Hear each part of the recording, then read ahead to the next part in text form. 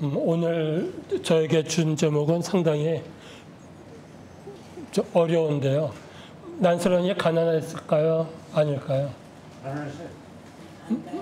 어떻게 하세요? 가난하지 않았을 것 같습니다. 경제적으로는 부유했을 것 같습니다. 경제적으로는 부유했다. 의견들이 다르시네요. 경제적으로는 부유했다. 그 뒤에 뭐가 한마디가 더 나올 것 같으네요. 그러나 가난했다. 예, 한번 보죠. 여기 넘어가지가 않네요. 자, 우선 그 난스러운 시집부터 설명하겠습니다. 시집을 만들 때 그 순서가 있어요. 순서가 있는데 동생, 그 교산 선생 같으면 이 시집은 나이 순서대로, 그러니까 젊을 때 쓴 것부터 하나씩, 처음에는 정유년, 1597년 쓴 시, 과거 시험 합급제하고 처음 쓴 시집, 그다음 무술년, 이렇게 시간 순서대로 썼어요. 이렇게 편집하면 상당히 읽어보기가 쉽죠. 이 시는 몇 살 때 썼다, 또는 무슨 벼슬 할 때, 또는 강릉에 와서 썼다 하고 알 수가 있습니다. 자, 그런데 다른 시집 보면 형태가 다르네요. 이거는 강릉의 우리 강릉 김씨 매월당 김시습의 시집이에요. 매월당 시집은 어떤 순서인가요? 저기 보면 내용대로 묶었어요. 내용대로. 제 권사에서 몽, 그러니까 꿈을 꾸고 지은 시, 그 다음에 월, 달밤에 지은 시, 그 다음에는 우설, 비가 오거나 눈이 올 때, 풍은 바람이 불 때, 산악, 산, 강하, 이렇게 내용에 따라 편집을 해요. 그러면 이 시집은 읽어볼 때 좋은 점이 있죠. 오늘은 매월당 시집 중에서 산에 대해서 보고 싶다. 그러면 거기를. 그런데 여기 단점은 이게 몇 살 때 지은 건지 알 수가 없어요. 젊을 때 또는 나이 들어서. 난스러운 시집은 어떤 순서인가요? 혹시 아세요? 난스러운 시집. 난스러운 시집은 처음에 분류가 오원고시, 그러니까 글자 숫자대로. 오원고시는 5글자 시예요. 그 다음에는 7글자겠죠. 7원. 또 5글자라도 4줄이 시가 될 수가 있죠. 오원절, 절구. 8줄, 율시, 이렇게 차이가 있죠. 세 가지 중에 어느 게 제일 읽기가 쉬울까요? 글자 수? 아니면 내용? 아니면 처음에 허균 선생처럼 시간, 나이 순? 어느 게 좋으세요? 다 장점도 있고 단점도 있어요. 그래서 학자들이 논문 쓸 때 엉뚱하게 실수를 많이 해요. 이거는 강릉에서 썼다는데 강릉이 아니에요. 나이를 보니까. 그러니까 그런 실수를, 그러니까 이 난스러운 시는 왜 저렇게 나눌 수밖에 없는가 하면, 남자들은 벼슬 하니까 시를 나누기가 쉬워요. 허균 선생 같으면은 이거는 병조 자랑 때 썼다. 이거는 중국 가서 썼다. 그러니까 분명한데 여성의 시는 벼슬한 적이 없으니까 구분이 안 돼요. 그래서 이런 실수가 있죠. 이게 난스러니 시집 가서 썼을까? 아니면 결혼 전에 썼을까? 그거 구분할 수 있을까요? 조금은 있겠죠. 오늘 한번 그래서 그런 것들을 한번 보겠습니다. 자, 이거는 다른 얘기입니다. 허균 선생의 시집에서 아까 시간 순으로 하다 보니까 많이 빠졌어요. 이거는 어딘가 숨어 있을 텐데, 제일 저쪽에는 병원년, 중국에서 주지번이란 사신이 왔어요. 그러니까 허균 선생이 일기를 썼어요. 압록강에 만날 때부터 서울까지 같이 온 기록. 그래서 난스러운 시집도 주고 머릿말도 받고 또 양천 어시들의 조상들 시집도 주고 머릿말도 받고 일기에 자세한데 문제는 그때 쓴 시가 하나도 없어요. 근데 보니까 분명히 시집이 있었어요. 여기 보면 붉은색에 여기 47편 그 주집안 만났을 때 47편을 썼다. 한 권이 없어진 거죠. 머릿말만 있습니다. 두 번째는 이것도 강릉에 와서 쓴 시집인데 여기 끝에 보면 명주 잡죠. 명주는 강릉이에요.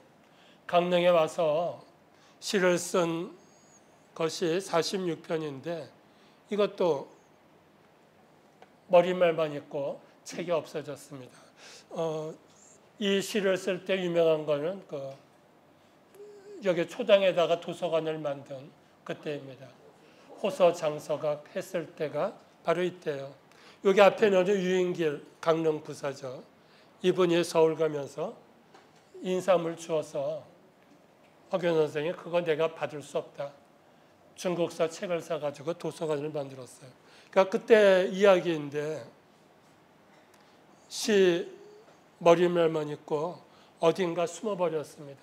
아마 강릉 어딘가 이 책이 한 권이 있을 것 같습니다.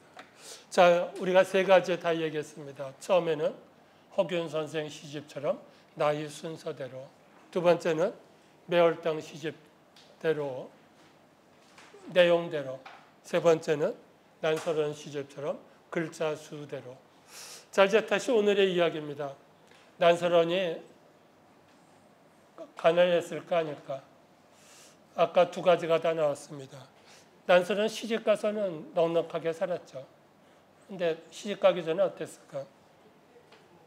이것도 역시 그 동생이 쓴 글을 보고 증거를 삼겠습니다. 제일 밑에 이게 책 제목이에요. 도문대작. 허균 선생이 나중에 전라도 함열, 지금의 익산시죠. 거기에 있을 때 쓴 책이죠. 내가 어릴 때 참 맛있는 거 많이 먹었다. 자, 그러면 부자인가요, 아닌가요? 팔도의 진미를 다 먹었다 그랬어요. 우리가 가난하긴 했지만 아버지가 있을 때는 선물이 많이 들어왔어. 뭐 경상감사까지 했으니까 가난하진 않았겠죠. 그래서 온갖 음식을 먹었다. 그 다음에 장가 가서는 부잣집에 갔어요. 자, 두 번 갔는데 두 번 다 부잣집이죠. 두 번째 장가 간 데가 더 부잣집이죠. 그 김효원, 원주의 땅이 엄청나게 많았어요. 그래서 지금이 아니라 허균 선생이 어머니 묘도 원주에 모셨어요. 그러니까 처갓집에서 얻은 땅이 상당히 많았습니다. 아마 아까 이사장님이 경기도 광주 갈 때 원주 성공리를 간다고 했는데 그 성공리 땅이 처갓집 땅입니다. 그 원주의 갑부예요. 지금도 그 후손들이 김세렴의 후손들이 상당히 많이 살고 있습니다. 그래서 산해짐을 먹어볼 수 있었다. 이 말을 보면은 아버지가 돌아가실 때 잠깐 아버지가 받아오던 농복이 없으니까. 근데 금방 장가 가서 다시 잘 살게 됐어요. 난설원도 오늘 제목은 가난하다고 했는데 사실은 가난하진 않았습니다. 자, 이제 문제가 생겨요. 내가 가난하지 않은데 가난한 사람을 마음을 알 수가 있을까 없을까요?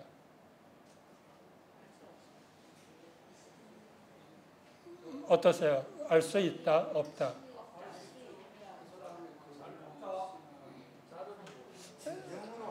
사실은 알 수 없죠. 알 수는 없죠. 이해하려고 하지만, 편을 들려고 하지만 알 수는 없어요. 그런데 이분은 가난한 사람 시를 많이 썼죠.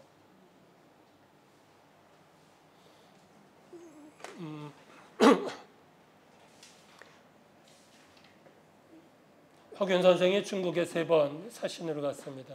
또 초당 아버지도 갔고 큰형님, 둘째 형님 전부 다 중국 사신을 갔어요. 우리 지난번에 강연에서는 그 작은 오라버니가 중국 가서 받아온 선물 두보 시집을 열심히 공부하고 난설현에게 주었다 그랬습니다. 이게 중국 가는 길이에요.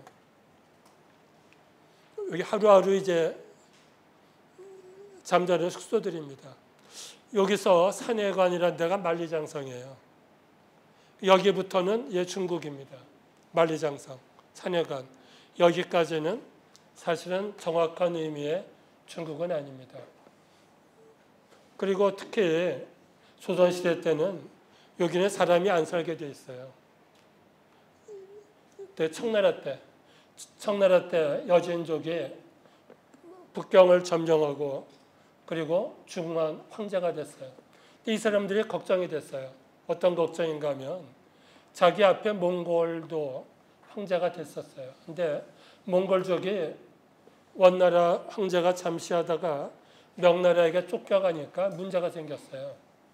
이 사람들이 다 천막 살고 말 타고 돌아다니는 유목민족인데 북경에 살다 보니까 생활이 바뀌었어요.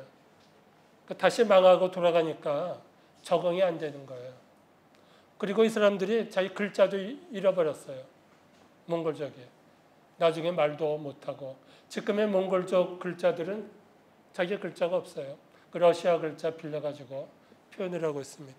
그러니까 여진족들이 북경 가면서 나중에 우리가 쫓겨올지 모르겠다.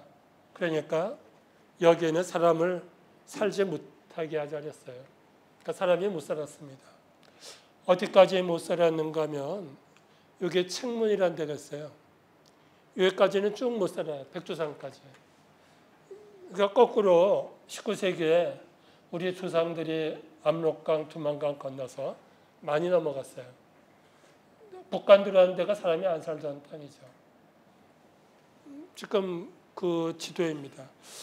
자, 그런데 만리장성 들어가기 직전에 꼭 들렸던 곳이 있습니다. 오늘 난설현 씨는 거기부터 보겠습니다. 이 사진 보신 적 있어요? 만리장성에서 동쪽 끝에 있는 성문이에요. 여기 산해관입니다.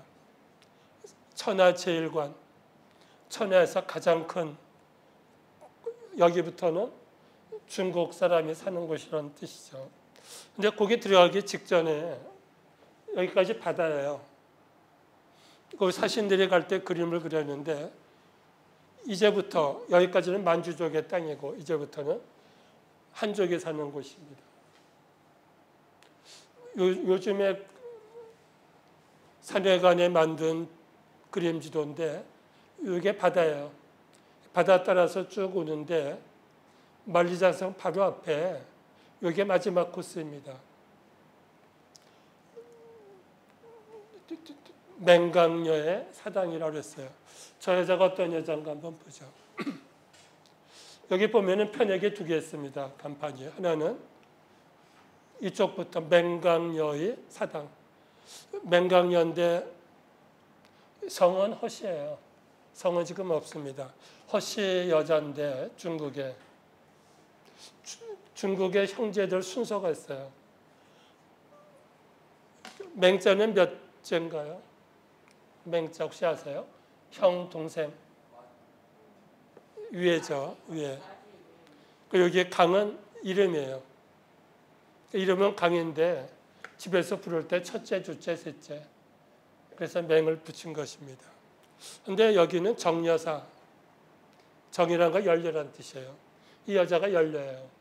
그래서 만리장성 쌓을 때 남편이 끌려갔어요. 가서 성을 쌓았는데 소식을 알 수가 없어요. 해마다 남편에게 옷을 지어서 보내요. 그때는 군복을 자기가 만들죠. 그러니까 떨어져 있는데 남편이 죽었나 살았나도 확인이 안 돼요. 워낙 머니까 거리가. 그래서 남편이 살았겠거니 하고 옷을 계속 지어 보냈습니다. 근데 사실 남편은 죽었어요. 그래도 옷은 계속 만들었죠.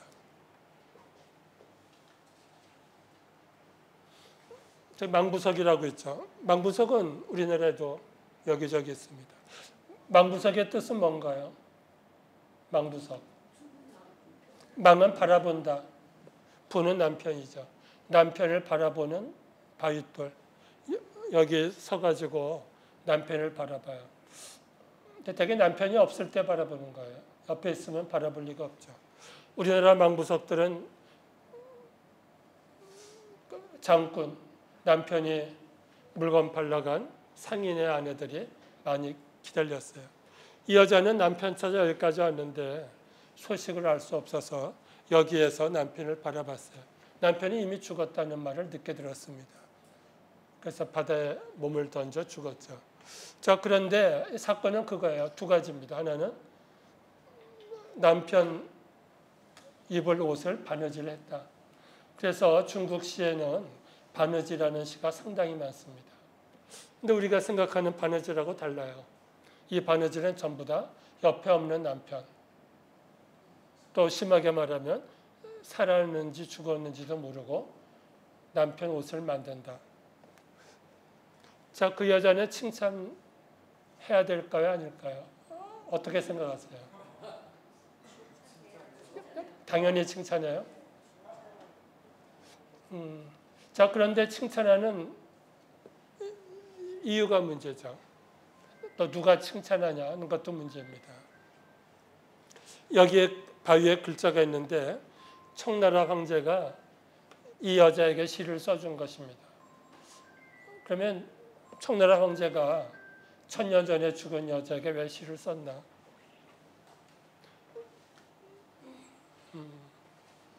이게 망부석이죠.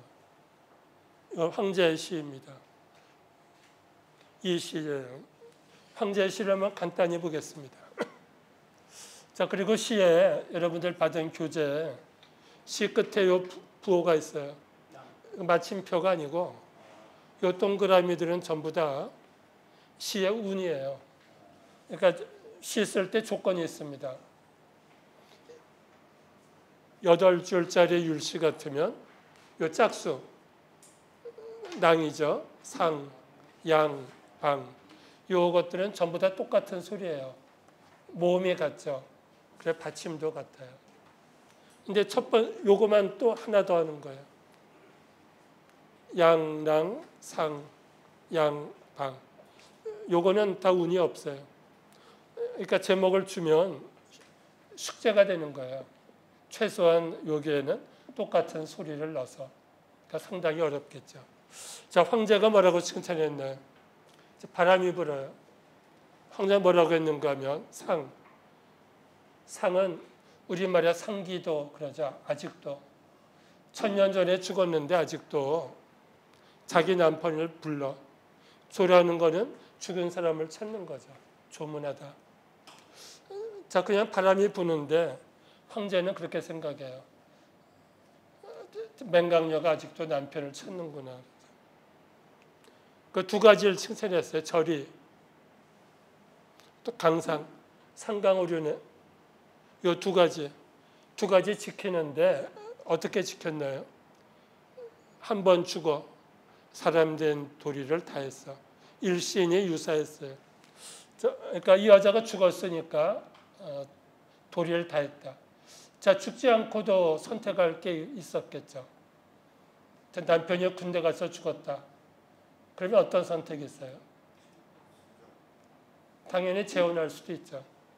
시집 갈 수도 있어요. 근데 아무도 시집 간다는 생각은 안 해요. 아마 오늘 오신 분 중에도 조선 때 남편이 군대 갔다 죽었다. 여자는 어떻게 해야 되나? 그러면 대부분 그 아이 잘 키워야지. 그랬겠죠. 근데 사실은 여자가 시집 갈 수 있는 것도 선택의 여자예요. 근데 이걸 못하게 하는 거죠. 황제도 그래서 너는 죽었기 때문에 사람 된 도리를 다했어 하고 칭찬한 것입니다. 칭찬하는 거는 앞으로도 계속 그렇게 해라 하고 가르치는 거예요. 끝에 와전 시처. 와전은 잘못 전해지는 거죠. 장소가 이런 얘기예요. 과연 여기서 허씨 여자가 이 바위돌에서 남편을 바라봤나? 그 누가 알겠어요? 그 전설이에요. 그런데 황제는 그 여자가 여기서 죽었건 안 죽었건 그거는 관계없어. 더 중요한 거는 아름답고 떳떳한 인간의 도리. 남편이 죽어도 끝까지 절개를 지켜야 돼. 그게 중요하죠. 그러니까 이렇게 했는데 허난스러운 얘기를 한번 잠깐 보죠. 자, 지금 가면 거기 이 여성의 모습은 계속 바뀝니다. 몇십 년 가면 또 새로 바꾸고 하는데 최근의 버전입니다. 옛날 모습은 좀 달랐습니다. 바꿔서 이거 똑같은 얘기가 우리나라에 있었습니다. 삼국사기에 보면 여기에 나오는 주인공들은 전부 다 이름이 없는 양반이 아닌 사람들이에요. 여기 여러분들이 알만한 이름은 여기 백결 선생. 백결 선생은 이름 들었죠. 집안이 가난해서 명절 때 떡할 쌀이 없었죠. 그래서 절구를 지어가지고 방아 찌는 소리를 냈던 방아 타령의 악사죠. 김생, 글씨를 잘 썼던 서예가, 솔거, 그림을 잘 그렸던 화가입니다. 효녀, 지은, 끝에가 설씨예요. 자, 설씨도 똑같이 상황이 됐어요. 성을 쌓는데 남편이 성을 쌓는데 나라에서 설씨 여자의 아버지를 불렀어요. 와서 성을 쌓아라. 아버지는 나이가 많았어요. 그러니까 가면은 고향에 돌아올 거라고 보장을 못하죠. 근데 나라가 불렀으니까 가야 돼요. 그래서 고민하고 있는데 그 여자 동네 살던 총각이 와서 제안을 했어요. 내가 당신 아버지를 위해서 대신 국경에 가서 성을 쌓겠다. 서로 친한 사이도 아니었어요. 그러니까 이 여자가 약속을 했죠. 그럼 당신이 오면은 내가 결혼을 하겠다 그랬습니다. 뭐 이거 내용 다 볼 거 없습니다. 자, 그런데 그 남자가 오지 않았어요. 오지 않으면 어떻게 해야 될까요? 여자는 시집 딴 데로 간다, 안 간다. 어느 쪽입니까? 안 간다. 안 갔으면 좋겠죠. 근데 그 아버지는 딸이 자꾸 나이가 드니까 시집을 보내기로 했어요. 그래서 동네 총각하고 약속을 했죠. 그래서 결혼식 날이 됐어요. 그래서 다 화장하고 결혼식장으로 가는데 그때 국경에서 남자가 달려왔어요. 이제 시간이 끝난 거예요. 그 삼국사기니까 역사입니다. 자, 그러면 그 여자는 어느 쪽으로 가죠? 자, 지금 약혼하고 결혼식장으로 가다가 옛날 약속했던 남자가 왔어요. 어느 쪽으로 가야 됩니까? 예, 그거 여성분의 선택이고. 자, 지금 약혼한 남자는 억울하죠. 자기는 돈 들여서 다 결혼 집도 사고 다 했는데 듣도 보도 못한 자기하고 관계없는 남자가 와서 자, 여자가 선택하는 거죠. 여자는 옛날 남자, 우리 아버지 대신 성을 쌓아갔던 남자를 선택했죠. 자, 서로 똑같은 얘기인데 중국은 남자가 죽으니까 여자가 바다에 뛰어들어 죽었어요. 한국은 해피엔딩으로 끝났죠. 자, 근데 그 얘기가 두고두고 시의 소재가 됩니다. 그러면 다 선택이 있어요. 나는 누구 편을 들까? 자, 여기 우선 보죠.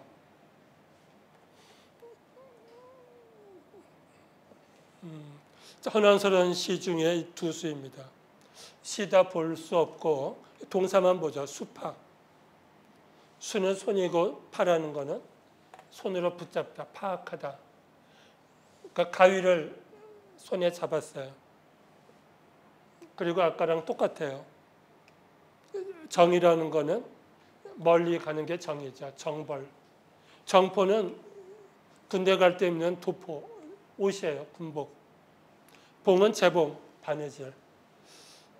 자, 그런데 긴 밤, 밤새도록 바느질을 해요. 여기 도등에 도라는 거는 지금도 많이 쓰죠. 도전하다. 도전. 올려주는 거예요. 도등은 등불 심지가 타면 다시 올려가지고 위에는 잘라주고 계속 올리는 거예요.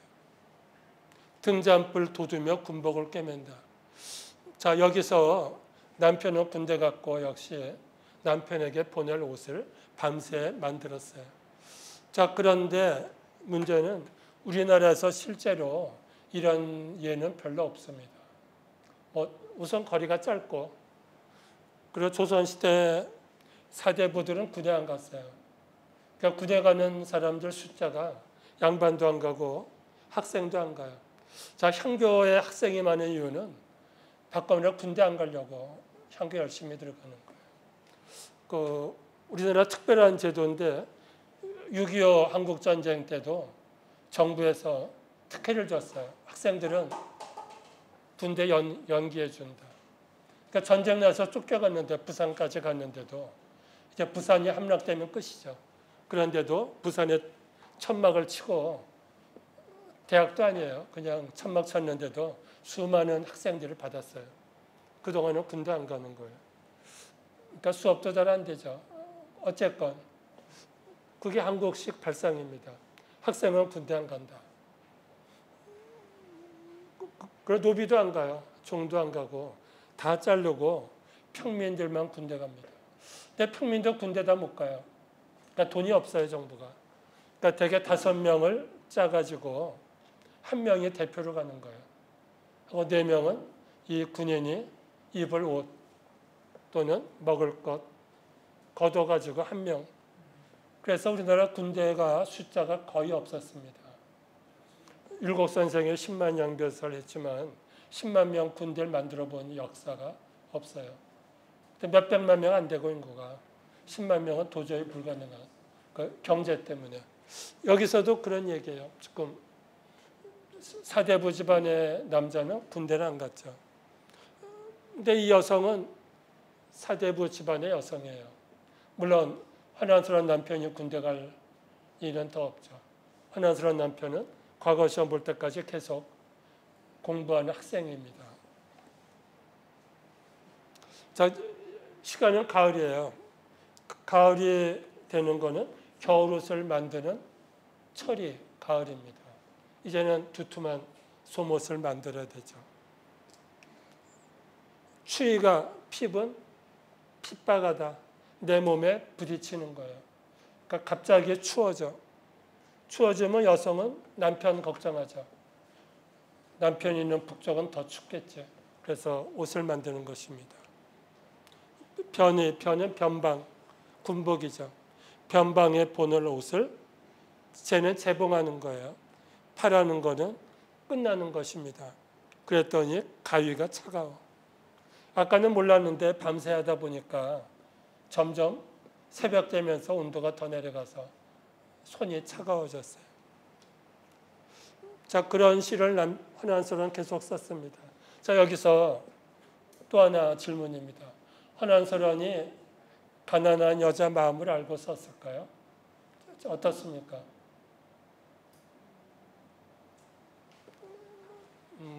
일단은 이런 거죠. 화난스러운은 아까 우리가 만리장성 봤지만 그런 시를 많이 봐요. 그러니까 당나라 시에는 상당히 많아요. 그러니까 미녀예요. 당나라 시는 미녀인데 미녀하면은 주제가 몇 개 있는데 그 중에 하나가 군대 남편 그리워하는 여자의 마음. 그게 시의 주제입니다. 오늘 그 자료에도 처음에 2000년 전에 시경에 있는 시부터 소개를 했습니다. 하면서 머릿속에 군대 간 남편 그리워하는 여성의 시 머릿속에 수십 편을 외우고 있는 거예요.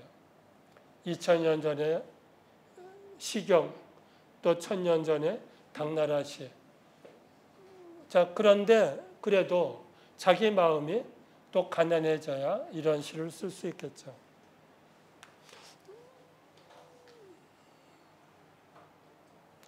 자, 봄, 여름, 가을, 겨울입니다. 여기도 역시 바느질이에요. 가위로 잘라. 좀 옷감을 짜고는 잘랐어요. 여기는 옥문관입니다. 밤새 꿈을 꿨어요. 우리 남편 가 있는 옥문관. 혹시 옥문관 이름 들어보셨어요? 아까 산에 가는 유명하고 옥문관. 옥문관도 만리장성이 끝입니다. 끝인데 서쪽 끝이에요. 서쪽 끝 옥문관 지나가면 지금의 아프가니스탄 이제 그쪽에 서역. 거기까지 또 남편 옷을 보내요. 먼 나그네에게 붙여요. 그냥 붙이는 게 아니라 편지 하나를 써서 붙여요. 그리고는 옷과 편지를 다 쌓아놓고 그리고 아침까지 편지를 붙일 때까지 엎치락 뒤치락. 요 전전이라는 글자인데 엎치락 뒤치락 그런 뜻입니다. 전전 반측. 엎어져도 잠이 안 오고 뒤쳐도 잠이 안 오죠. 남편 때문에. 헌안설원의 시에 나오는 가난한 사람 첫 번째 바느지라는 사람들은 자기 얘기하고는 다른 이야기입니다. 여기가 옥문관입니다. 아까 산에 가는 원래 모습이 그대로 있는데 옥문관은 전부 다 철저하게 무너지고 지금 다락도 없어지고 성도 없어지고 출입문만 흙덩이처럼 남아 있습니다. 우리가 짐작할 수 없지만 저쪽은 벌판이에요. 고양이가 강의하고 들으러 왔는데 수강하러 왔는데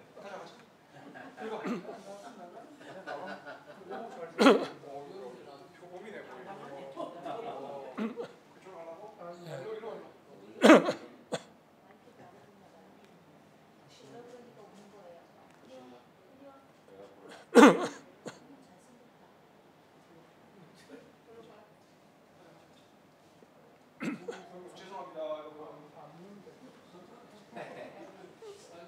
자, 이번에는 시험 문제 하나 내겠습니다. 헌안설원 시집에 제목이 빈여음 그랬어요. 그러니까 가난한 여자. 오늘 나눠드린 자료에도 있는데 뭐가 다른가 한번 보세요. 오늘 자료와 헌안설원 시집과 차이점이 있습니다. 아주 쉬운 문제입니다. 이거 헌안설원 저거는 문집이고 오늘 나눠드린데 제가 쓴 것과 내용이 다르죠. 너무 어려운가요? 거기 보면 두 번째 시가 문집에 없습니다. 여기 없어요. 두 번째 시. 보이세요? 두 번째 시는 없습니다. 두 번째 시는 그 중국에서 출판된 헌안설원 시집에만 있습니다. 그래서 다음 달에는 중국 가서 출판된 시집을 사진 찍어 와서 다시 한번 보여드리겠습니다. 자, 여기도 그것과 이것과 비교해 보죠. 이건 어느 남자가 쓴 시예요. 헌안설원과 똑같은 시대입니다. 헌안설원과 6살 차이 나는가? 그런 남자가 쓴 시예요. 여기서 바느지라는 가난한 여자. 그런데 헌안설원 시와 이 시의 차이점이 있습니다. 어떤 게 다를까요? 둘 다 가난 또 바느질인데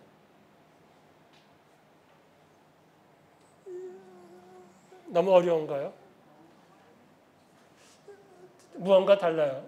둘 다 바느질하고 둘 다 가난한 여자인데 지금까지 헌안설원이 쓴 가난한 여자는 정말 가난하다는 내용은 없어요. 남편 때문에 옷을 만드느라고 밤을 새우는 거예요. 남편 사랑하는 마음. 여기 나오는 여자는 정말 가난한 거예요. 남편 때문에 옷 만드는 게 아니라 화장도 하지 않고 옷도 가난하게 입고 밤새 졸면서 옷도 벗지 못해. 또 아침이 되면 또 좁쌀 구워다가 방아를 찧어. 이 여자는 그러니까 바느질이 육체적인 생계형 노동이에요. 헌안설원의 바느질은 생계형 노동이 아니죠. 남편을 사랑하기 때문에 옷을 짓는 것입니다. 자, 그런데 왜 그러면 헌안설원은 가난한 이야기를 자꾸 시에서 하나? 요즘 말로 바꾸면 마음이 가난한 것입니다. 헌안설원은 그런 바느질을 하고 싶어도 남편이 옆에 없는 거죠. 남편은 계속 집 밖에 있었어요. 과거 시험은 헌안설원 세상 떠난 다음에 붙었습니다. 헌안설원이 시를 계속 쓰는 거는 남의 이야기를 통해서 내가 가난하진 않지만 가난한 여자를 주인공으로 쓰면서 자기 마음을 붙이는 거예요. 나도 남편 위해서 옷을 만들고 싶다. 자, 그렇게 이해하면 훨씬 더 쉽습니다. 요거 하나 하고 잠깐 쉬겠습니다. 여기도 가난 이야기가 나옵니다. 그런데 상당히 달라요. 여기 시의 주인공들은 허균 선생에게 시를 가르쳤던 송곡이달의 친구예요. 그러니까 그때 시를 잘 쓴 시인이 3명 있었어요. 세 사람이 당나라 두보, 이백처럼 시를 잘 쓰니까 사람들이 3명의 당나라 시인 3당 불렀어요. 그 2명입니다. 최경창과 백광원. 또 한 사람은 송곡이달이죠. 자, 그런데 여기서 재미있는 이야기가 있죠. 시는 잘 쓰는데 문제는 벼슬이 낮아. 하료, 벼슬이 낮아요. 그 다음에 비유가 더 재밌습니다. 적은 쌓을 적자예요. 시는 뗄나무, 장작. 자, 장작을 쌓을 때 어떤 순서로 쌓을까요? 장작을 계속 산에서 나무를 해왔어요. 어떤 순서로 쌓을까요? 나무를. 먼저 들어온 나무가 밑에 있죠. 그리고 또 쌓여요. 이거는 우리가 무심코 보지만 이 벼슬 사회, 공무원 사회에서 보면은 심각한 문제예요. 선배는 밑에 깔리고 후배들이 계속 올라가는 거예요. 이 적시는 그런 뜻입니다. 그래서 씨름만 쌓여. 낮은 벼슬아치에게는. 그러니까 시는 잘 쓰는데 우리가 과거 시험 볼 때 시를 썼어요. 그래서 우수하게 붙었는데 과거 시험에. 그 다음에는 시 잘 쓰는 순서로 승진하는 게 아니죠. 여러 가지 기준이 있어요. 근데 이 사람들은 시는 잘 쓰는데 벼슬은 승진을 못해. 헌안설원이 그 얘기를 쓴 것입니다. 그래서 끝에 시궁인, 시가 사람을 궁색하게, 가난하게. 제가 처음에 대학교 국문과 갈 때도 어떤 친구가 걱정했어요.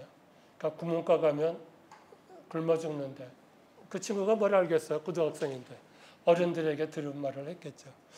오래전부터 했는데 헌안설원이 자기 스승의 친구들 마음이 되어서 시는 잘 쓰지만 세상 사람들로부터 비방을 받았어요. 헌안설원은. 그런데 시를 잘 쓰지만 벼슬을 얻지 못하는 스승의 친구들과 마음이 통하는 거예요. 그래서 이 가난한 남자들의 마음을 가지고 시를 써준 것입니다.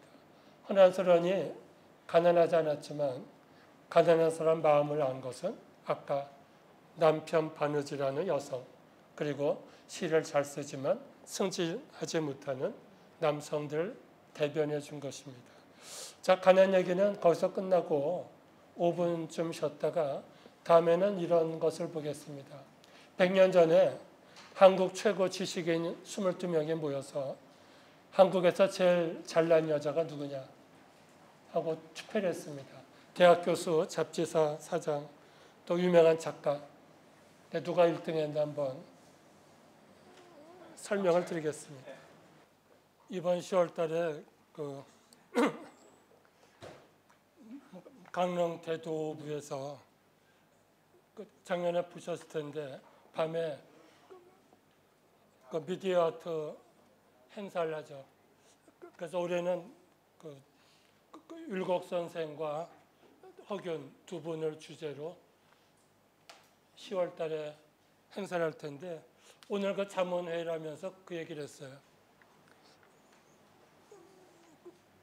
그 팀장이 저에게 그런 질문했어요. 허난설원이 다른 여자하고 다른 점이 뭐냐. 아까 처음에 만리장성 싸우러 갔던 남편 찾아갔던 망부석된 그 여자 허씨 집안의 딸이죠.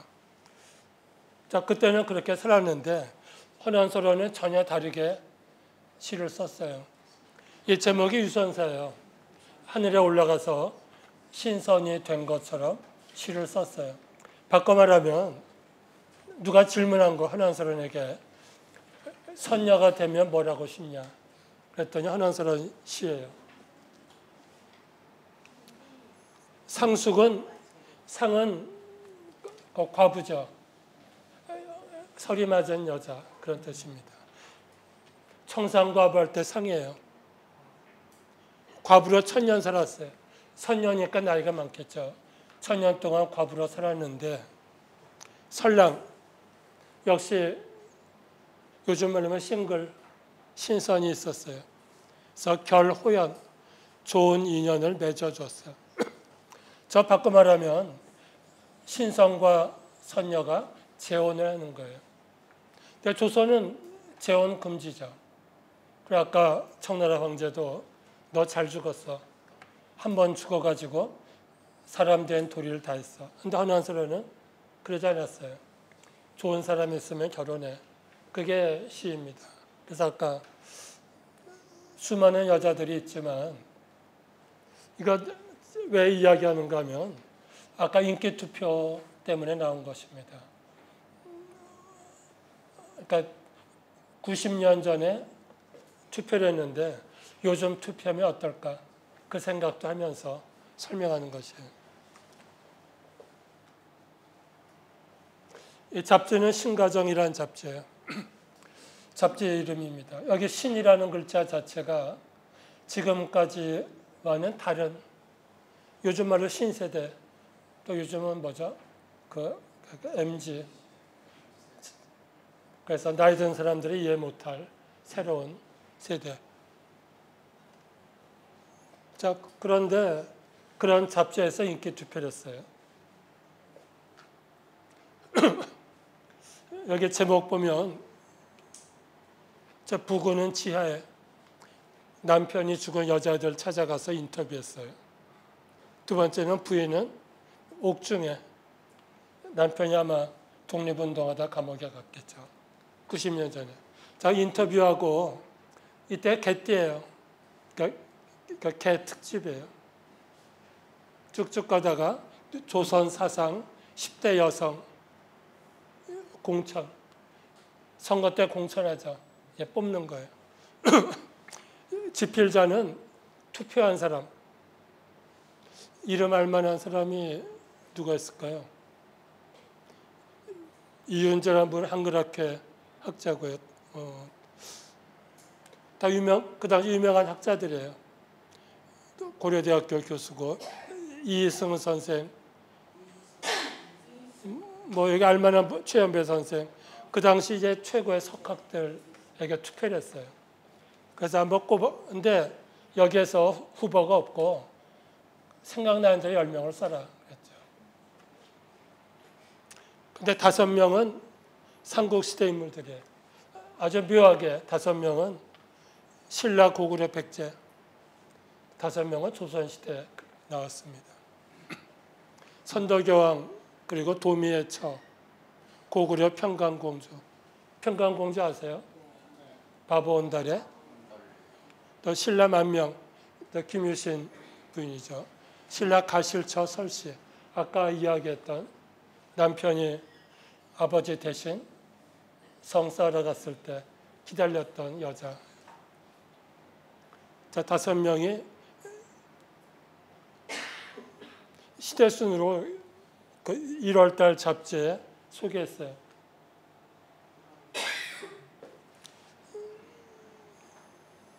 이런 식으로 문일평 그러면 10명을 쓰는 거예요, 손으로. 김원근. 황희돈이란 분은 여기 보니까 글자 보이세요? 제가 읽어줄게요. 나라 국자, 어미 모자, 국모, 신웅, 우는 곰. 누굴까요? 이게 국모 신웅씨. 삼국유사에 나오는 곰. 곰이 여자가 됐죠. 그러니까 우리 조상의 어머니다. 웅녀예요. 그러니까 신웅이죠. 신이 유아부인 다 고구려 때니에요. 선덕여왕, 평강공주 이런 식으로 했는데 22명이 뽑았는데 1등은 20표입니다. 그 신사임당. 그리고 2등은 19표 허난설원. 보니까 강릉의 여성 2명이 1등, 2등 했어요. 그런데 사실은 놀라운 거예요. 허난설원은 꼭 20년 전까지도 사방에서 욕을 먹었죠. 우리 지난번에 연암 박지원 같이 아주 훌륭한 실학자들도 그 여자 참 못쓸 여자다. 남편에게 만족하지 않고 딴 남편 그리워서 시를 썼다. 허난설원 쓰지도 않은 시를 억지로. 그런데 이분들은 그렇게 생각 안 했어요. 그러니까 10년 사이에 세상이 바뀌었습니다. 자, 공천 결과 사임당은 20표예요. 20표 찍은 학자들, 작가들이에요. 허난설원 19표, 선덕여왕 17표. 이거 보면서 저는 좀 이상했어요. 아마 제가 그냥 좋고 나쁜 걸 떠나서 제가 학자적인 입장에서 90년 전에 투표했다면 저는 선덕여왕을 찍었을 것 같아요. 그러니까 이런 거죠. 우리가 하나의 민족, 하나의 나라로 된 거는 선덕여왕 때문에. 그 앞에는 하나 민족이라 생각이 없었습니다. 고구려하고 백제 신라는 전혀 딴 나라예요. 출발부터가. 그거 뭐 20, 30년 전 투표할 때도 다들 봤지만 화해할 수 없는. 근데 역사 올라가면 처음에 하나 민족이었다는 증거는 없습니다. 삼국사계도 없고 삼국유사에도 없어요. 그냥 이 지역에는 고구려가 있고 신라가 있고 그런 거예요. 아주 딴 나라입니다. 그러니까 하나의 나라가 싸워가지고 셋으로 나눠졌다가 통일한 게 아니에요. 그러니까 바꿔 말하면 세계 전혀 다른 사람들이 어느 순간 하나로 묶어진 거가 선덕여왕이에요.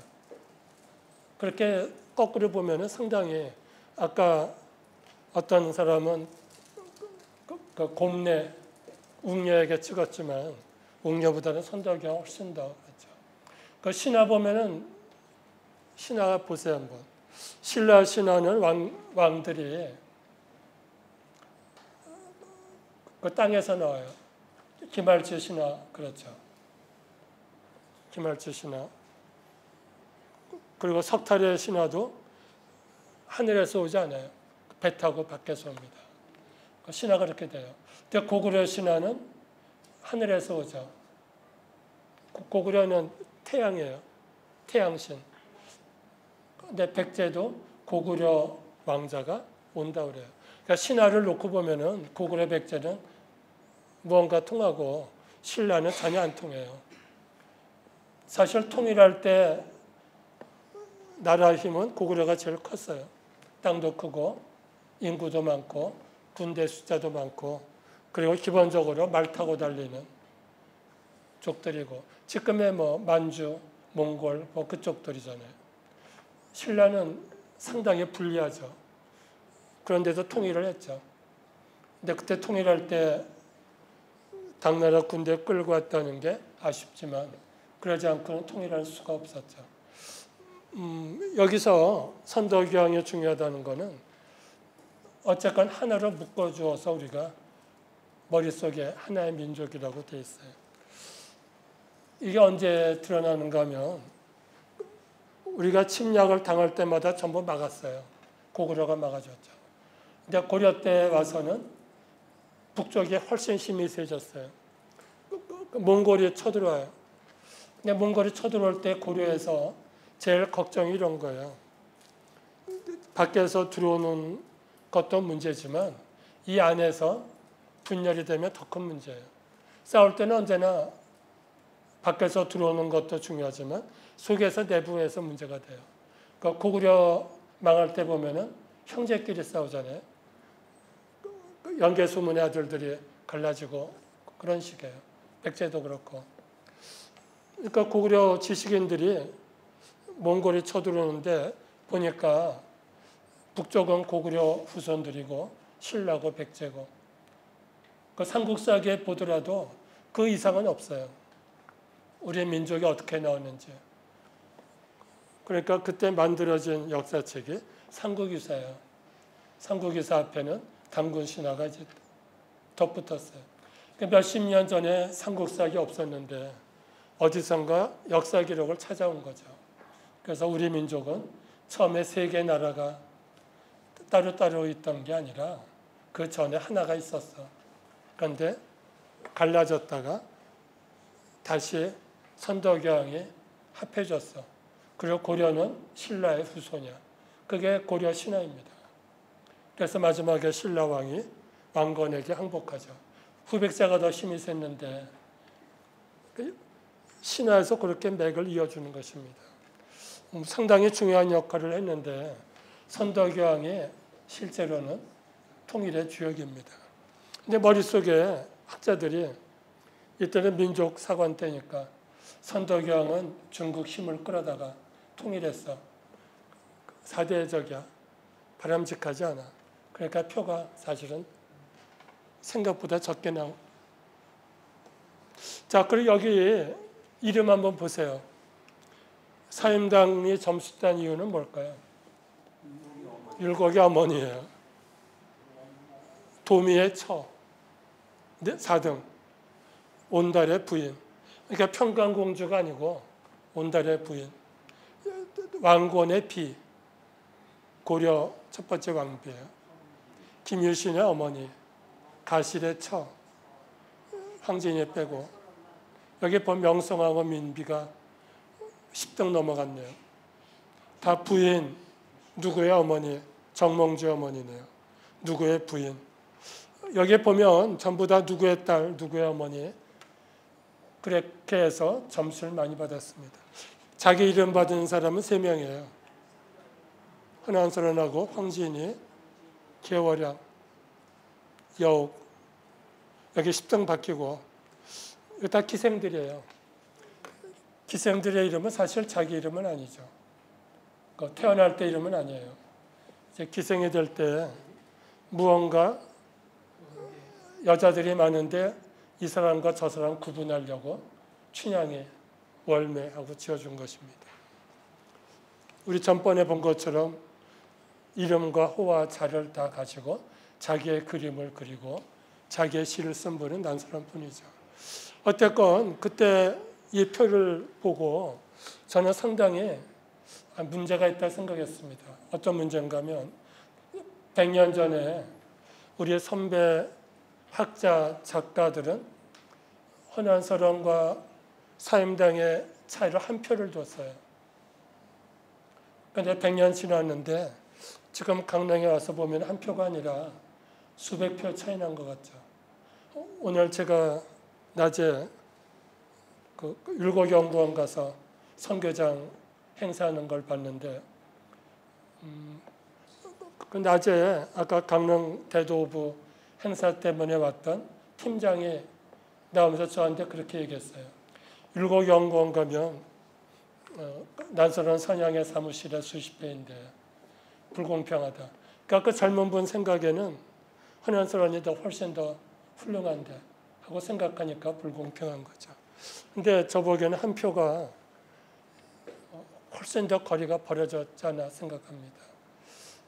아마 지금부터 선양이가 준비해서 다음번 화폐 다시 찍을 때는 좀 얼굴이 바뀌었으면 좋겠다는 생각이 듭니다. 아니 제가 박수 받을 게 아니고 여러분들이 그동안 하실 일이죠. 예, 한 표, 두 표 나온 분들입니다. 수많은 왕비들부터 다 누구의 부인들이에요. 근데 처음부터 누구의 어머니, 누구의 어머니, 철수 엄마, 영희 엄마 시키죠. 예, 선덕여왕은 이건 경주에 있는 불상인데 여러 학자들이 논문을 썼어요. 이 보물인데 저 불상 만들 때 아마도 선덕여왕을 모델로 해서 석공이 만든 것 같다. 뭐 어떻게 알겠어요. 근데 그 느낌으로 선덕여왕은 이런 분일 거야 하고 생각을 했죠. 뭐 저거는 오늘의 주제는 아닙니다. 자, 여기서 그 투표한 사람들이 흔한스러운 찍은 이유를 다 썼어요. 며칠씩. 그래서 편집부에서 한 편의 글로 정리를 했습니다. 흔한스러운의 가정은 지난 시간 이야기했습니다. 며칠 끝에 강사에서 독서하는 남편, 유명한 시죠. 한강에서 김성립이 공부하러 가서 혼자 살던 난설원이 시를 썼습니다.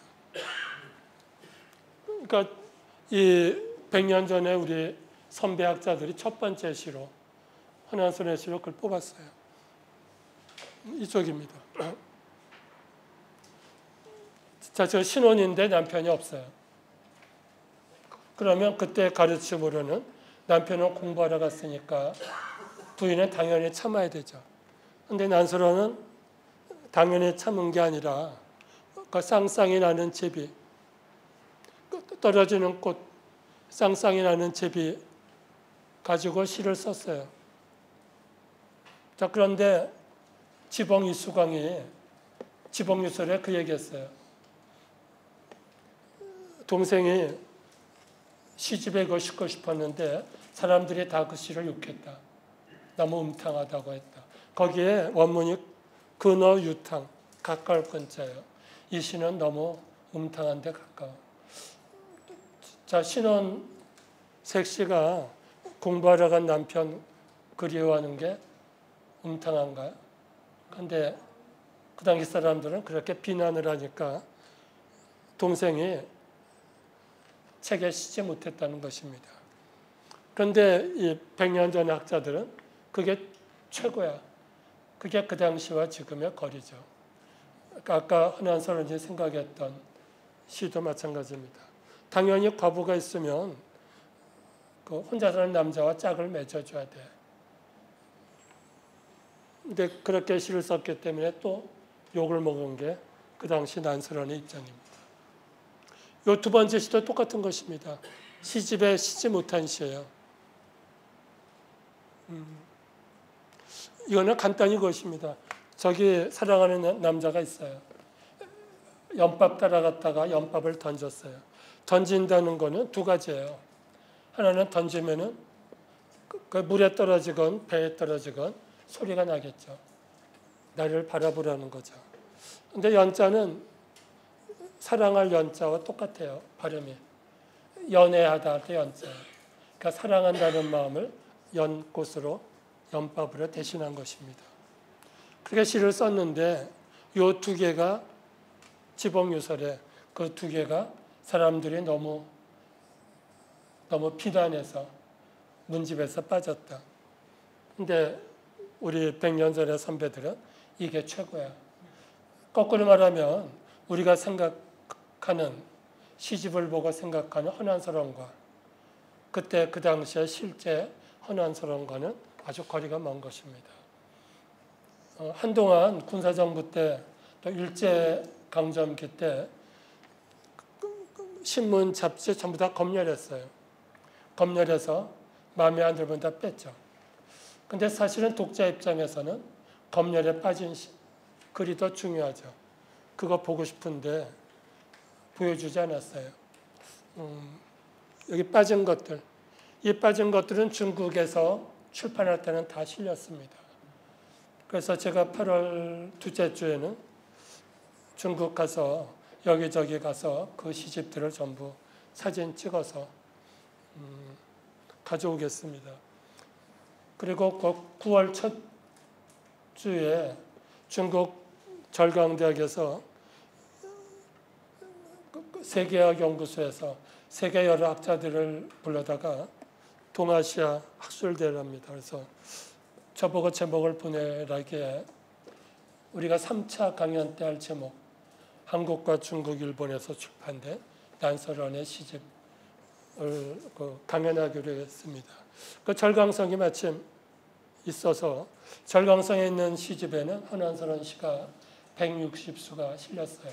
엄청나게 실렸고 그중에 상당수는 우리가 보지 못한 시입니다. 그리고 그거는 허균의 1208년보다 조금 더 일찍 중국에 출판됐어요. 그래서 그거를 봐야 우리가 앞으로 그릴 헌안설원은 훨씬 더 커지는 것입니다. 자, 여기 두 번째 민요입니다. 자, 민요. 자, 민요할 때 우리가 생각하는 거는 민요는 반복된다. 그렇죠. 아리랑 아리랑 아라리요. 반복되죠. 반복되다 보니까 여기 민요 글자가 20자예요. 5글자씩 4개. 오늘 자료에도 있습니다만 자, 20글자인데 여기 반복되면은 어떤 사람 이름, 막수라는 사람이에요. 또 강남이라는 지명. 20글자 중에 강남이라는 글자가 2번, 3번 들어가요. 그러면 글자가 겹쳐요. 이거는 표절인가 아닌가요? 어떻게 생각하세요? 표절이다 아니다? 아닐 것 같아요. 자, 중국의 시는 글자 20개에다가 이야기를 많이 해야 돼요. 그러다 보니까 글자를 잡고 압축을 해야 돼요. 압축을 하면 옛날 사람이 썼던 글자를 갖고 오면 쉽죠. 그 사람이 이런 뜻으로 썼으니까 10글자를 2글자로 줄이는 거예요. 그래서 헌안설원 시에는 옛날 선배들이 썼던 글자들이 많이 올 수밖에 없어요. 민요시. 그런데 어떤 사람은 그거 표절이다. 또 어떤 학자는 그 표절이 아니다. 시 쓰는 기술이다. 압축하는 기술이다. 그렇게 평이 다른 것입니다. 이거 건너가겠습니다. 세 번째, 여기다 민요들입니다. 그리고 민요 마지막에 요시, 여기 서정시인데 이 시도 요시가 상당히 많이 그 당시에 소개가 됐습니다.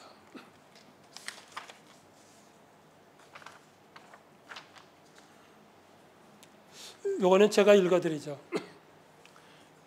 내가 가진 이 황금 비녀는 시집 볼 때 머리에 꽂았던 거죠. 그러니까 폐물이에요. 결혼식 때. 제일 예쁜 걸 했겠죠. 오늘 당신께 드립니다. 먼 길에 언제나 나를 그리세요. 그 뜻입니다. 남편에게 줄 때는 날 생각하라고 준 거예요. 그런데 여기에 없지만 우리나라 시집에 실리지 못한 똑같은 시가 있습니다. 헌안설원 시인데 앞에 두 구절은 같아요. 뒤에는 가다 길에 버리는 거는 아깝지 않지만 새로운 여자 허리에는 메어주지 마세요. 막결 신인데 막이라는 거는 하지 말라는 뜻입니다. 결은 묶어주다. 신인, 새 사람 되는 허리띠죠. 혁대. 그러니까 이 여자가 남편에게 나를 생각해달라고 주고 싶은데 당신이 새 여자한테 줄까 봐 그게 걱정돼. 이런 말을 할 수 있을까요, 여자들이?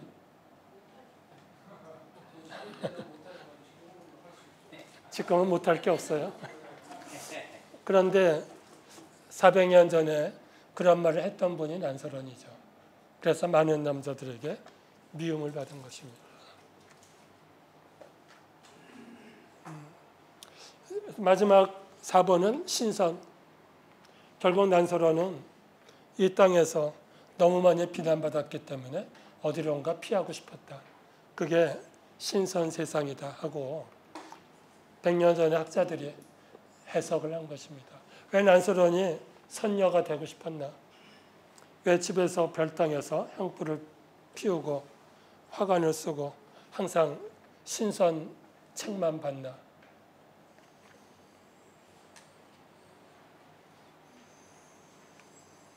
아까 가난 이야기 했는데 난스론이 현실적으로는 가난한 여자에게 자기 마음을 준 것이고 또 거꾸로는 여기서는 더 이상 시 쓰기 힘들고 또 아까 제가 난스론 시를 보여줬는데 하나는 과부와 호라비를 짝지어주는 것이죠. 또 하나는 오늘 낮에 설명했지만 여자가 벼슬 하는 것을 유선사에서 썼어요. 황제가 글을 써야 되는데 여상서를 불러서 쓰게 했다. 보통은 남자들이 과거 시험 볼 때 왕 대신 글 쓰는 연습을 하는 거예요. 그래서 시험 문제가 시도 있지만 여러 가지 형식의 10가지 정도의 글 쓰는 방식입니다. 중국 황제에게 보내는 국서, 표, 전 그런 거 다 시험 봐요. 그래서 왕이 자기가 글을 못 쓰니까 시나 불러다가 말로 하는 거죠. 이렇게 써라. 그런데 난스론 유선사에서는 남자 부르는 게 아니라 여상서를 불렀어요. 중국에 있던 옛날 벼슬입니다. 그 얘기는 바꿔 말하면 내가 중국 태어났더라면 그런 벼슬을 할 텐데 그거죠. 그래서 내가 벼슬 못하지만 신선세계에 가서는 과부도 짝지어주고 그리고 남자처럼 벼슬해서 시도 쓰고 싶은 전혀 이루어질 수 없는 꿈이기 때문에 신선세계를 만든 것입니다. 오늘 낮에 그래서 미디어아트 팀장도 그런 것들을 쓰면 사임당과 이제 구분을 해야 되죠. 내년도 주제는 사임당과 난스론인데 사임당은 분명히 현모양처인데 똑같은 사람을 또 만들 수는 없죠. 그러면 한난스론은 어떻게 만들까다. 그게 좋겠다. 그리고 아마 2주일 동안 행사를 하고 청년들에게 투표를 했으면 좋겠습니다. 요즘의 청년들은 아까 22명이 투표했는데 누가 더 많이 나올까. 그래서 그 투표 결과 가지고 다음번에 화폐 고칠 때는 제출할 수 있으면 좋겠습니다. 이게 과거 시험 보는 거예요. 난스론은 정말 속상했겠죠. 우리 오빠 아버지 다 과거 시험 붙었는데 나도 붙을 수 있는데 그거죠. 자, 과거 시험 몇 명이 시험 보는 거예요 지금? 대충 지금 시험 보는 학생이 3명, 4명 정도입니다. 4명이고 여기 수험한 분들은 전부 다 서당 훈장들이에요. 와가지고 대신 답안지를 만들어주죠. 그리고 글씨 써주는 사람도 있고 글씨를 잘 써야 되죠.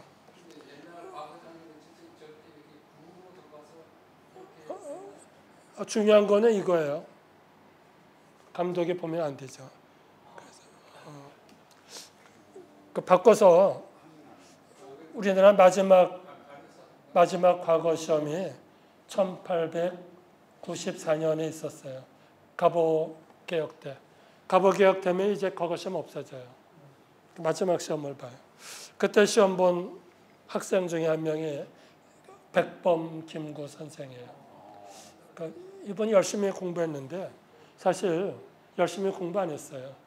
그분은 씨름 선수고 골목대장이에요. 백범 일지에 나와요. 나는 골목대장이다.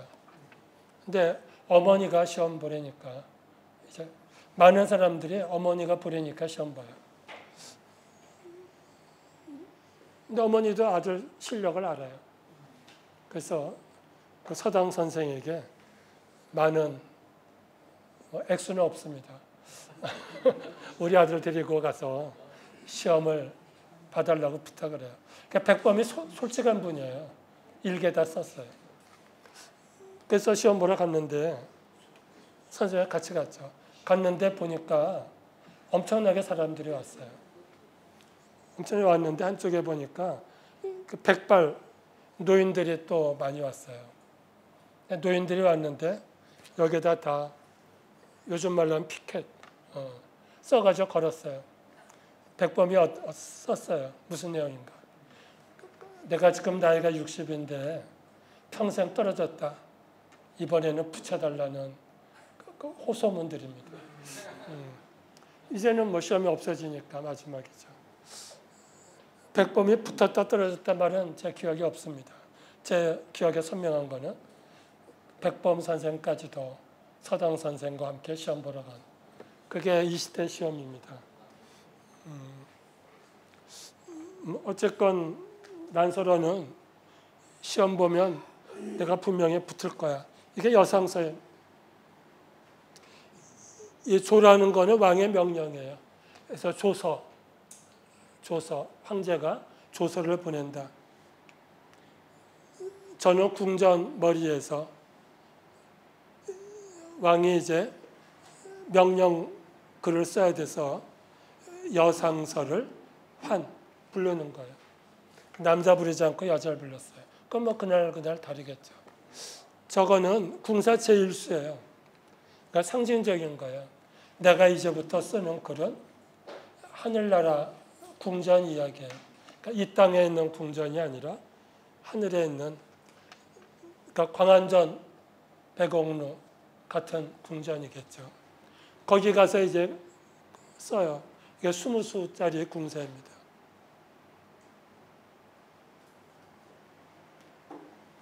자, 그런 궁이라면 황제의 글을 써줄 사람은 누구예요? 나밖에 없어. 그 얘기예요. 나밖에 없어. 그래서 황제가 나를 불러.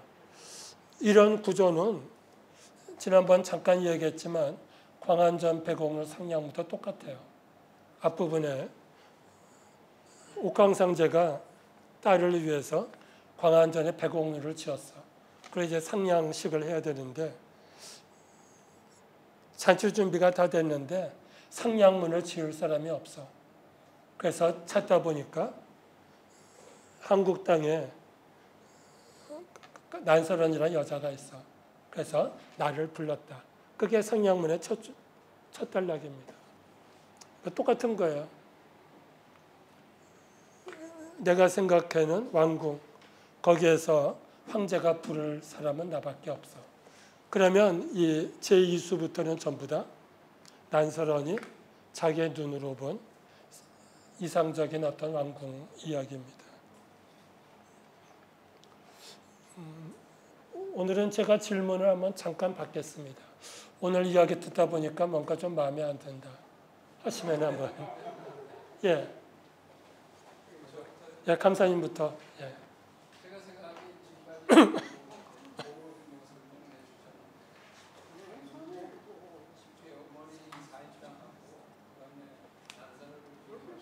실제 제가 여러 가지 자료를 보고 예. 사람당은 혐오 양치라는 그 자체가 만들어진 어떤 상이고 그렇게 제가 평가해요. 왜냐하면 그 당시 조선 시대에 사대부입니다. 그래서 남편한테 자기가 죽으면 재가를 하지 말라 이런 유언까지 남길 정도의 그 여자 성이라 그러면 상당히 뭐랄까 개인적으로 남편에 대한 불신도 있고 그다음에 남편을 존경하는 그런 마음은 없었던 사람입니다. 근데 지금 박정희 시대 때 들어와서 너무나 많은 율곡을 우상화를 시키면서 타임라는 거 그렇게 전무양처가 된 것 같다. 지금 얘기는 뭐 일단 제가 못 들은 것으로 하겠습니다. 뭐 강릉에서는 말 조심해야 되니까. 오늘 낮에 율곡연구원 갔을 때 그 선교장에 그 당주라는 분이 나서 인사하면서 그 얘기를 했어요. 박정희 대통령이 오죽헌 성역화 하기 직전까지는 권씨들이 살았다 거기에. 그러니까 권씨 집이죠. 그때부터 성역화가 되면서 만들어졌다. 뭐 지금 얘기와 상통하는 얘기인데 뭐 저는 제가 앞장서서 그런 얘기는 하지 않겠습니다. 뭐 그런 기록이 있어요. 기록이 있고 어떤 분은 그런 통계까지 냈어요. 신사임당이 며칠 동안 시댁에 살았을까? 뭐 그런 분도 있고 율곡이 한참 나이가 들어가서 서울에 왔어요. 그래서 율곡이 어머니 돌아가실 때 어머니 전기를 썼는데 거기에 뭐라고 되어 있는가 하면 내가 서울에 올라와 보니 서울에 훌륭한 선생님이 많았다. 나이가 이제 들은 거죠. 그런데 가장 훌륭한 선생은 나의 어머니였다. 그러니까 물론 어머니 올리려고 얘기했지만 서울에 올 때까지 벌써 시간이 많이 지났다는 뜻이기도 합니다. 그리고 어떤 야사 옛날 기록에는 사임당이 세상 떠나면서 남편에게 재혼하지 말라 하고 얘기했다는 기록도 있어요. 그래서 율곡이 재혼한 어머니 보고 충격받아 금강산에 들어갔다는 거죠. 뭐 그런 기록들이 많은데 저는 뭐 일단은 정사만 이야기하니까 못 들은 것을 하겠습니다. 다른 질문 받겠습니다. 예. 저는 그 처음 참석을 했는데 그 내용이 뒤에서 들어오고 이런 강의라서 왜 감사하고요. 예. 고마워요. 내용 중에 하나 제가 예. 좀 짧은 지식이라서 좀 제가 여쭤보고 싶은 게 있는데 그 여상서라는 예. 어떤 그 교수님은 지금 그 흔히 우리가 알고 있는 그 왕락춘덕이라는 도생지하고 어떤 개념이 다른 겁니까? 그 여상서는 중국 벼슬이에요. 중국 벼슬이고 중국에도 그 벼슬이 계속 있는 게 아니라 옛날에 잠깐 있었던 거예요. 잠깐 있었고 중국도 결국은 여자에게 그런 벼슬을 안 주는 쪽으로 굳어버린 거죠. 근데 하나 있으니까 그걸 가져다가 그게 있었으면 내가 했을 텐데 하는 마음으로 제1수에 쓴 것입니다. 혹시 다른 질문 있으실까요?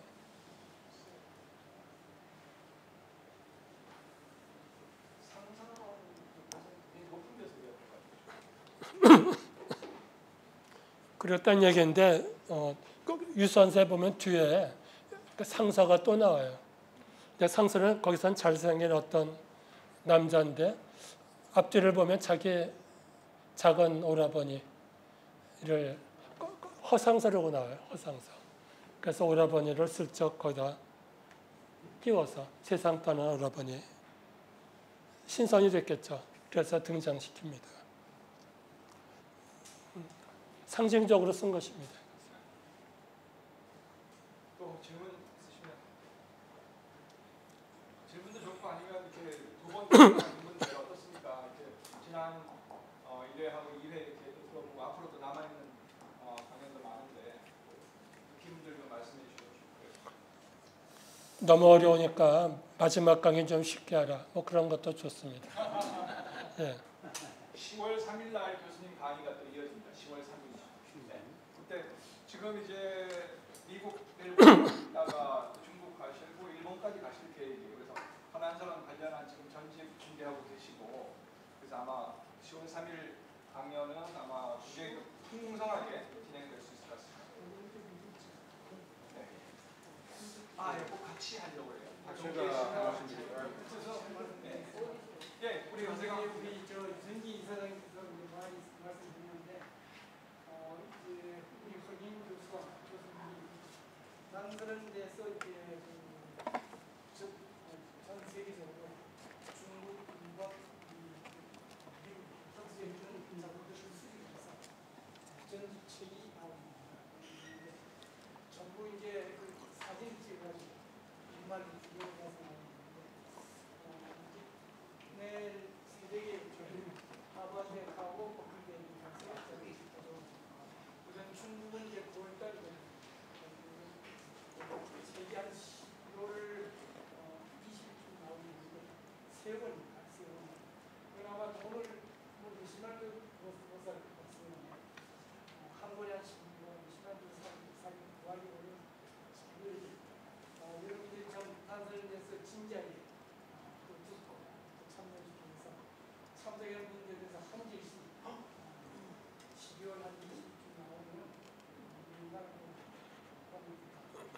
와, 박수. 상점이 몇 퍼센트인 사람부터 주나요? 90% 이상. 90%. 그러면 질문. 네, 질문. 예, 제가 생각하기에 조선시대 소위 엘리트라고 하는 이 여성들이 우리나라에서는 참 이 정치적인 이유 때문에 냉대를 받고 했는데 중국에서는 그래도 좀 우리나라보다는 더 좋아했던 것 같아요. 그리고 이 엘리트 여성들이 그 정신적인 스트레스를 글로서 이렇게 많이 표현을 했는데 거기에 내포된 것을 다 담을 수는 없지만은 참 그래서 이 난설은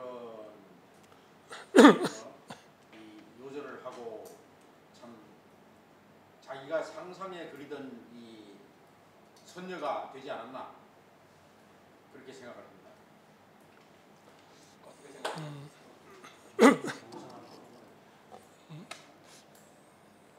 아까 박지원 이야기했는데 열알게도 그 얘기가 나오지만 중국하고 한국의 차이점이 상당히 많아요. 같은 유교 국가인데. 그러니까 중국은 여자가 재혼해도 관계없죠.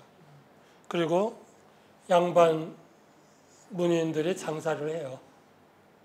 돈 버는 장사. 그러니까 그 직업이 있는 거예요. 한국은 양반은 직업은 둘밖에 없어요. 하나는 벼슬, 하나는 농업. 농사 지을 수 있죠. 딴 거는 할 수 없어요. 상업도 못하고. 근데 중국은 상업을 하기 때문에 시험에 떨어져도 계속 먹고 사는 거예요. 또 공부하고. 그래서 제가 전에 중국의 도서관, 옛날 도서관들, 양자간 남쪽에 상당히 많아요. 청나라 때 부자들이 도서관을 다 갖고 있는데 보통 만권 단위로 많이 있어요. 그 장개석 같은 장개석 집안도 엄청나게 부자예요. 그 소금 장사예요. 그러니까 귀족인데 소금 장사고 도서관도 크고 그 서당이 아직도 있습니다.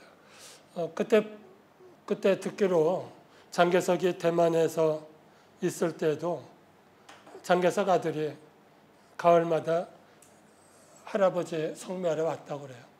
그러니까 모택동이 그건 봐주는 거죠. 장개석하고 서로 오고 가고. 그러니까 그 정도로 그러니까 통이 큰 거예요. 어차피 통일되면 다 우리 건데 그런 생각으로 왔다 갔다 했다고 하는데 그러니까 그게 중국이에요. 장사할 수 있다. 그리고 여자도 재혼할 수 있다. 그러니까 또 하나는 책도 돈을 주고 사고 팔 수 있다. 근데 한국은 책은 돈 주고 사는 게 아니에요. 그러니까 조선시대 때 서점이 생긴 거는 19세기입니다. 서점이 없어요. 서점이 없다는 거는 예를 들면 책을 누가 찍나. 우리가 고등학교 때 세계 금속월자 첫 번째는 한국이다였어요. 근데 한국은 활자 만들어 놓고 출판 발전을 못 시켰어요. 근데 독일은 훨씬 더 늦게 만들었는데 그걸 돈 받고 팔았어요. 그 종교개혁 때 성경책 엄청나게 팔리죠. 그때까지는 성경책이 없어서 못 봤는데 신부가 말하는 거 듣고 다 믿었는데 이제는 자기 나라 글자로 보는 거예요. 그러니까 책이 팔리면 그 돈으로 또 찍고 또 찍고 해서 점점 출판이 발전하는데 한국은 책은 누가 찍는가? 왕이 찍어요. 첫 번째는. 왕이 찍는 거는 돈 받고 파는 게 아니라 지방에 나눠주는 거예요. 강릉 도읍에 보내는 거죠. 두 번째 찍는 거는 불교 사찰이에요. 절에서. 그러니까 부자들이 세상 떠날 때 시주, 재산도 바치고 그럼 그걸로 불경도 찍고 또 문집도 많은 책을 다 절에서 찍어요. 나무도 있고 스님들이 기술도 있고. 세 번째 책을 찍는 데가 서원, 양반들의 문중이에요. 근데 양반들이 책을 찍는 거는 돈 받고 파는 게 아니라 나눠주는 거예요. 아까 허균 선생이 누나 책을 찍었다는 거는 우리 누나를 이해해달라고 나눠주는 거예요. 그러니까 돈이 없으면 책을 못 찍어요. 어떤 집은 책을 못 찍고 아들, 손자 숙제를 주는 거예요. 언젠가는 찍어라. 그러니까 우리나라는 돈이 있어야 찍고 중국은 돈 벌려고 책을 찍어요. 그래서 허난설원 씨가 몇십 편이 중국 가니까 금방 장사꾼들이 보고 이거는 돈이 될 만하다. 그러니까 찍는 거예요. 그래서 허균 선생이 공주서 책을 내기 전에 2번이 나와요. 중국서. 그건 말이 안 되죠. 동생은 다 모아가지고 가장 정확하다고 생각했는데 이것과 다른 버전이 먼저 나와요. 그래서 지금도 허난설원 문집의 210수가 아닌 시들이 중국에 계속 돌아다니고 있는 거죠. 그래서 이번에 가는 거는 그런저런 것들을 다 모아가지고 명나라, 청나라 때 또 에도 시대 일본은 물론 상업출판이에요. 일본은 돈을 더 벌려고 책을 2권으로 만들었어요. 그래서 유선사는 하권이에요. 이번에 갖고 말겠지만 앞에까지 한 권이고 유선사와 상냥문은 뒤에 한 권입니다. 그러니까 돈이 없으면 한 권만 사보는 거죠. 그래서 일본 책은 상당히 재밌어요. 글자마다 옆에 설명이 쭉 있어요. 우리나라 책은 글자밖에 없죠. 일본 책은 옆에 일본 글자로 부호가 있어서 이렇게 읽어라 하는 안내문까지 있습니다. 그래서 일본에서도 그렇게 팔려고 해서 이번에 갖고 오는 목적은 어떻게 일본하고 중국에서 이게 나왔나. 그리고 거꾸로 한국에 그렇게 훌륭한 남자들 시는 왜 중국과 일본에서 출판 안 했나. 그러니까 장사가 안 되는 거죠. 바꿔 말하면. 그러니까 아까 현모양처했지만 그렇게 도덕군자 같은 시인은 중국에 뭐 수만 명 있어요. 훨씬 더 많죠. 근데 난사람 같은 시인은 없다는 거예요. 그러니까 장사꾼들이 40편 들어오면 그것도 책 내고 들어오고 책 내고 그래서 버전이 많아진 것입니다. 예. 예. 난설원의 시를 공식적으로 전해서 온 건 거기는 이제 사신으로 나거나 그럴 때 그 전해서 온 걸로 알고 있는데 그 전에 미리 중국에서 어떤 출판이 됐다는 건 비공식적인 루트에서 시가 넘어갔다는 이야기입니다. 비공식이 아니고 지난 시간 잠깐 얘기했습니다. 임진왜란 때 명나라 군사들이 왔는데 허균 소문을 듣고 허난설원 소문을 듣고 왔어요. 와서 조선시선 사령관에게 부탁하는 거예요. 내가 저 집에 가서 시를 다 받아가지고 책을 내고 싶다. 허락을 받고 사령관은 서중소라는 사람이에요. 그래서 허균 선생이 난설원 시도 200수 뭐 다 써줬죠. 그 사람이 중국에서 목판본으로 책을 낸 게 조선시선인데 그게 난설원 집보다 훨씬 일찍 나왔죠. 근데 그거보다 더 일찍 있는 거는 1598년 천진 도서관에 있는 거는 더 먼저 나온 거죠. 그래서 다 허균 선생에다 써준 거예요. 그러니까 비공식은 아니고 써줬는데 그때는 한국 출판되기 전이라서 다 묶어준 거예요. 그쪽에다 먼저 된 거죠. 근데 우리가 못 본 거죠, 그동안. 오늘 올라가셔야 돼요. 그냥 KTX로 그래서 여기까지 하는 걸로 하고 나중에 또 기회가 10월 3일 날 있으니까 미국도 잘 다녀오시고 중국도 잘 다녀오시고 일본도 잘 다녀오시고 더 좋은 강의 10월 3일 날 해주시길 바라겠습니다. 박수 부탁드리겠습니다.